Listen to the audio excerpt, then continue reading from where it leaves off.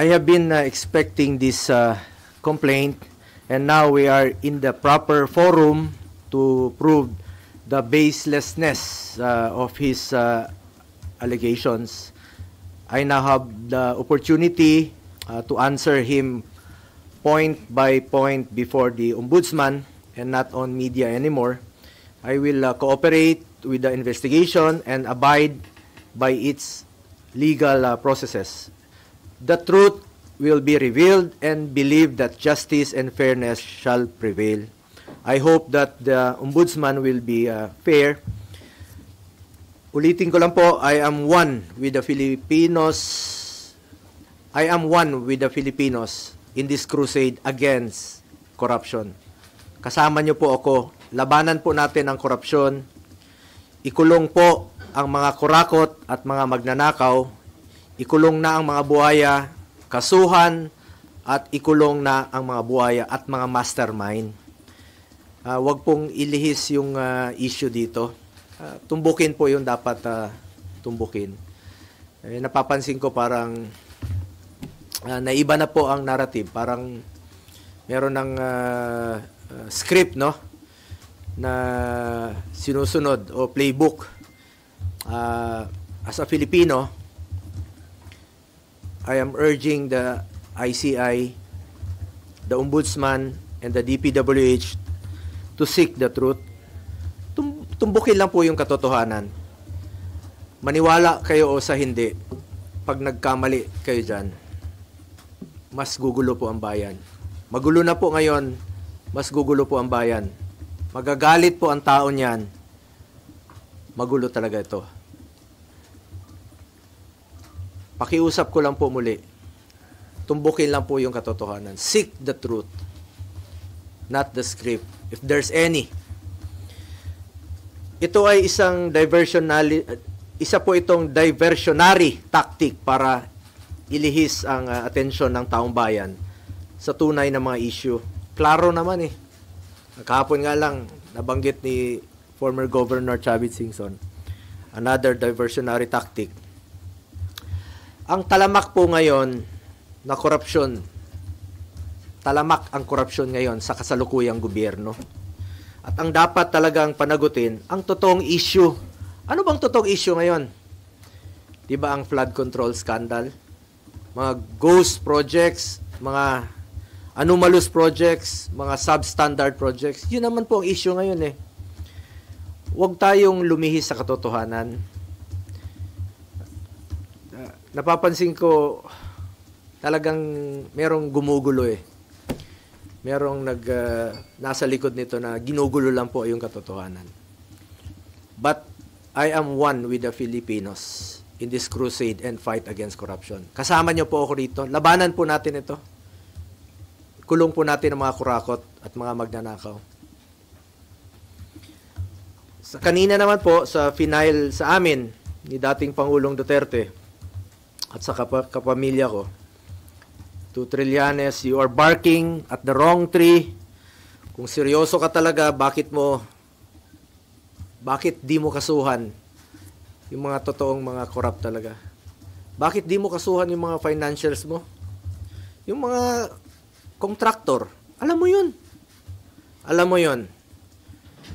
Kita mo na, nakailang buwan na tayo dito sa pagdidinig sa Senado. Ilang hearings na po. Lumalabas naman yung totoo, sino yung mga contractor. Yung talagang may-ari, sila mismo yung may kontrata, sila yung mismong kumikita, sila yung contractor, sila pa yung congressman, sila yung habulin mo, Trillanes. Ayaw mong habulin dahil financer mo nga. Tama yung sinabi ni Senator Bato noon na may mga financer ka. Baka nga yung ginamit mong pondong yon nanggaling pa sa flood control. Yung pag-imbestiga mo noon kay dating Pangulong Duterte, maaaring galing pa yun sa flood control. Huwag kang magmalinis dito. Huwag mong ilihis ang totoong issue. Dito lang tayo sa katotohanan. Seek the truth, not the script, not the playbook. Nasa na yung mga dapat kasuhan sa issue ng flood control? Nasa na? Bakit walang mga pinangalanan na malalaking tao? Yung mga buhaya, ba't pilit yung pinagtatakpan? Yung totoong issue rito, flood control at ghost projects. Nasa na po? Kaya nakikiusap po ako sa ICI, sa Ombudsman, sa DPWH. Kasuhan niyo yung mga malalaking tao. Yung sangkot sa flood control. Yung sangkot dito sa mga ghost projects. Inaantay po ng tao. Pag inilihis niyo po ang katotohanan, magulo po ito. Magulo po ito. At isa po itong lumang tugtugin mula sa lumang script. Recycled na po yung mga issue. Pilit binubuhay para lang mapinturahan po ako ng maitim para siya po ang magmukhang maputi. My conscience is clear. Unlike him, panlabas o panloob, pati konsensya niya madumi. Ang layunin niya ay proteksyonan lang po ang kanyang mga financer at mga nasa likod ng black propaganda na ito. Ang dapat kasuhan ay ang mga financiers kasi sila po yung totoong mga nagnakaw. Hindi po ako magnanakaw. Hindi po ako kontraktor. Senador po ako na nagsiservisyo lang po sa ating mga kababayang Pilipino. At may delikadesa po ako. Yung prinsipyo po ko po sa buhay, yan lang po ang pwede kong pangalagaan sa ngayon. Pangalan ko po at hindi ko sasayangin yan. Kesa sayangin natin dito sa walang kwentang paninira, tatrabaho na lang po ako. Serbisyo, pagmamalasakit at sipag po ang pwede kong ialay sa ating mga kababayang Pilipino. Tingnan nyo lang po kung hindi ba recycled ito, rehash. 2018, September of 2018, bago yung halalan, no? Bago pa ako nag-file, unang tumakbo bilang senador. Nag-ingay na siya noon, siniraan na niya ako. Siya pang senador noon, no? Ako hindi pa, kandidato pa lang. Same issue. Nung 2021, akala naman niya natatakbo ako. Same issue. July of 2021. Last year, nung ako po'y patakbo muli for re-election, July 6 of 2024. Same issue, the same. Yung suot niya, ngayon, yung araw na ito, July of 2024, last year po ito. Yung suot niyang polo, pareho pa rin ng kulay ng suot niya ngayon. Rehash pa rin, pati polo niya, rehash pa rin. Ginamit muli. Yun pa rin ang ginamit niyang paninira sa akin. Para siya ang pumuti. Nagpolo na nga siya ng puti para pumuti kunwari. Pero yung kanyang hangarin ay napaka dumi. Alam nyo, nung ako po ay nag-obserba ng delikadesa sa buhay ko, baka pamilya niya po hindi. Nabalitaan tayo noon, mismo yung tatay niya naging dealer po sa GHQ ng Armed Forces. At nabalitaan nga natin no, na kakasino rin. At may mga ghost rin na yun ang nabalitaan ko noon. So, sana naman tingnan mo ng mabuti kung sino yung walang delikadesa sa atin. Bakit na nililihis ni Trillanes sa mga 2017 projects? Umabot na siya ng 2007. Sino ba mag-aakalang maging presidente si Pangulong Duterte? 2007, gawin mong issue. Kung negosyante yung pamilya ko noon, mapigilan ko ba silang magnegosyo? Wala pa ako sa mundong ito. 70s pa lang may negosyo na po pamilya ko. Lahat tayo may kamag-anak na negosyante. 1993, may negosyo sila. Wala pa po ako kay then Mayor Rodrigo Duterte noon, may negosyo na sila. Pero noong 1998, at isa po sa aking naging kondisyon, nung nagtrabaho po ako kay Mayor Duterte, sabi ko, pag pumasok po ng City Hall, yung kamag-anak ko, I will resign. Ayaw ko po magnegosyo sila sa City Hall dahil I observe delikadesa at ayaw ko po ng conflict of interest. Nung naging presidente siya, 2016, dala-dala ko po ito. Hindi po sila nakakapasok ng Malacanang. Hindi po ako pumapayag. Nakialam ba ako sa negosyo nila? Hindi. Nakinabang ba ako? Hindi. At binigyan ko ba sila ng pabor for government contracts? Hindi po. Because I observe delikadesa at hindi po sila nakakalapit sa akin, hindi ko naman po mapili ang kamag-anak ko. Lahat dinadamay na nga ngayon. Baka sa susunod, lolo ko na idamay nila.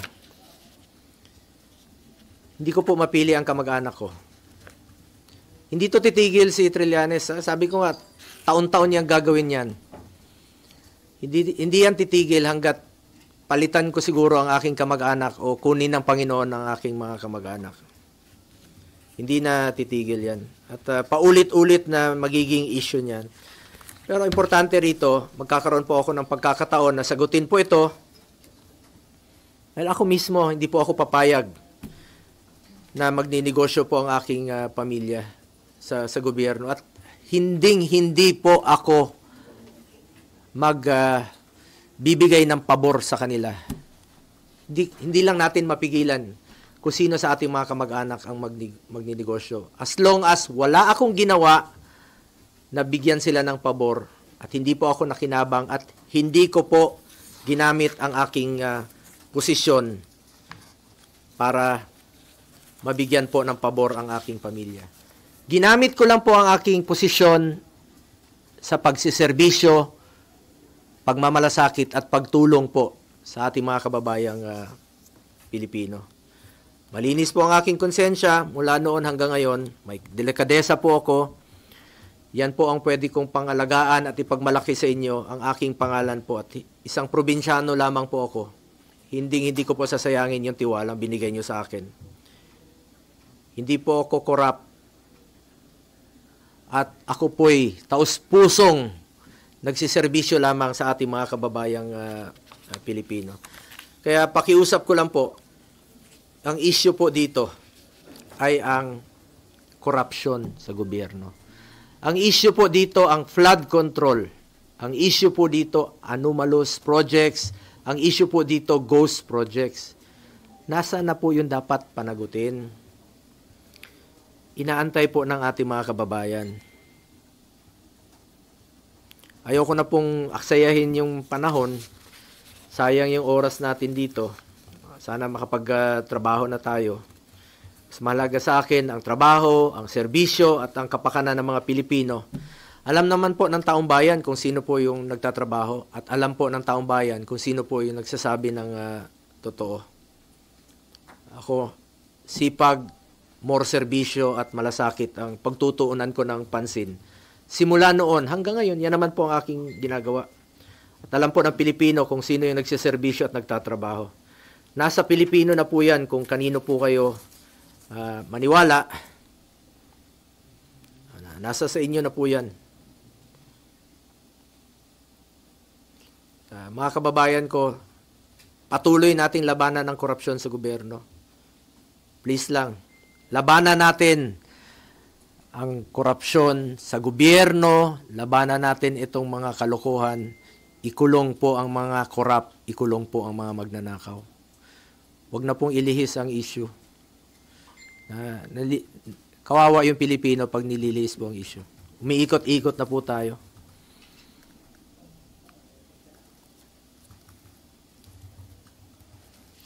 At nakita niyo naman siguro yung complaint ni Trillanes sa mga binigay naman niya sa mga reporters.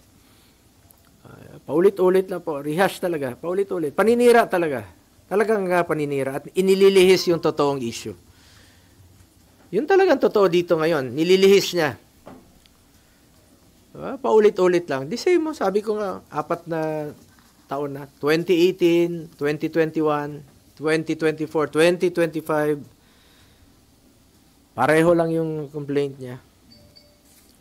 Na-file na po niya ito last year. Na-file na po niya ito last year. Tapos na po eleksyon. Nanalo na nga po ako, naging number 1 pa.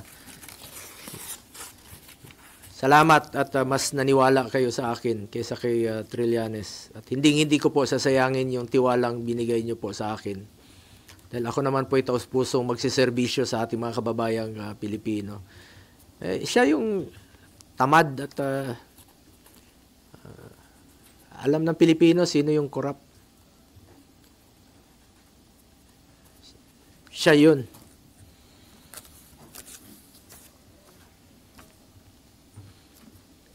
Salamat po sa inyong oras at pakikinig sa akin.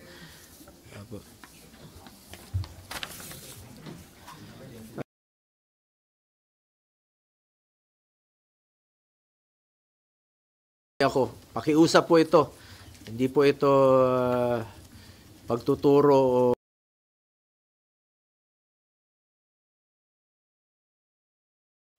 the Ombudsman and the DPWH to seek the truth, not the script, if there is any. Tumbukin nyo lang po ang katotohanan. Maniwala kayo o sa hindi. Pag inilihis yung issue, magulo po ito. Magagalit po ang Pilipino. Magagalit ang Pilipino pag niloloko nyo ang ating mga kababayan sa katotohanan. Yung katotohanan lamang po, tumbukin nyo po, I am one with our countrymen in this crusade and fight against corruption. Ikulong ang mga kurakot at mga magnanakaw. Kilala nyo naman yung mga buhaya. Napapangalanan na eh. Yung iba nagtatago lang talaga. Hindi ko alam saan sila nagtatago o pinagtatakpan nyo lang talaga para ilihis yung katotohanan. Dito lang tayo sa katotohanan. The truth. Hindi kayo magkakamali. Pag doon lang tayo sa katotohanan. Salamat po.